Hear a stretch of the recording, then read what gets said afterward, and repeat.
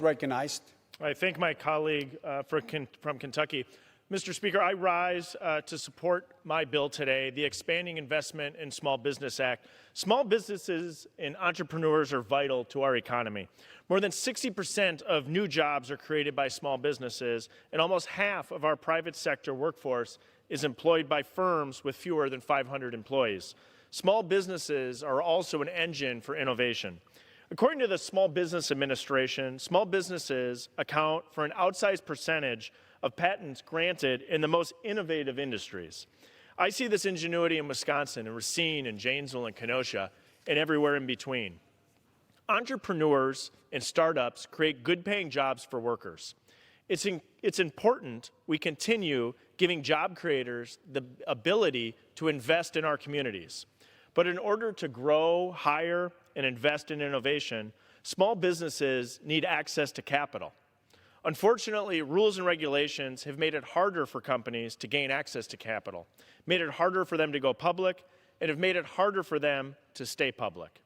This hurts small companies, and this hurts the broader economy. And in particular, this hurts American workers and their retirement security. Just under half of all households are invested in mutual funds. Many Americans are invested in these funds through 401ks and pension plans. Their retirement security depends upon the ability to invest in a diverse set of growing, innovative companies. Our rules, though, are burdensome. They shrink the number of publicly traded companies either by deterring companies from going public or by encouraging them to stay private. In doing so, they limit the opportunities for Americans saving for retirement.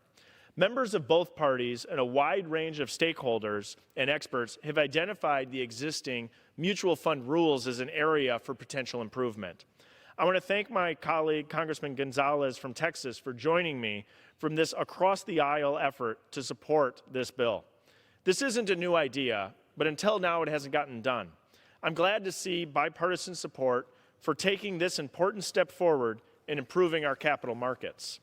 The Expanding Investment in Small Business Act directs the SEC to consider whether existing mutual fund rules make it harder for small and emerging companies to raise money so they can grow and invest. Under the Investment Company Act, a diversified mutual fund may not own more than 10% of an issuer's outstanding securities. As mutual funds have grown both in number and in size, they become an important source of capital, in particular for small businesses. A substantial mutual fund investment in a small cap company can easily exceed the 10% cap. This likely deters mutual fund investments into growing our innovative companies. My bill asks the SEC to consider 4 key items. 1, how many mutual funds are currently affected by the 10% cap? 2, how the investing preferences of diversified mutual funds have shifted over time with respect to smaller companies.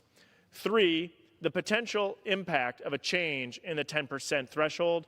And 4, the ability of diversified funds to manage liquidity risk. This information is necessary so we can continue to work in a nonpartisan manner to ensure that small businesses have access to capital so they can grow and invest. Smart, targeted reforms can give us more vibrant capital markets, growing, innovative small businesses, providing better outcomes for American investors, and ultimately providing a stronger economy. I look forward to working in continuation with my colleagues towards this goal. I thank Chair Waters and Ranking Member McHenry for their support of this bill, and I urge my colleagues to support its passage. This bill is an important step forward towards a stronger economy, more dynamic small businesses, and more jobs for American workers. I yield back.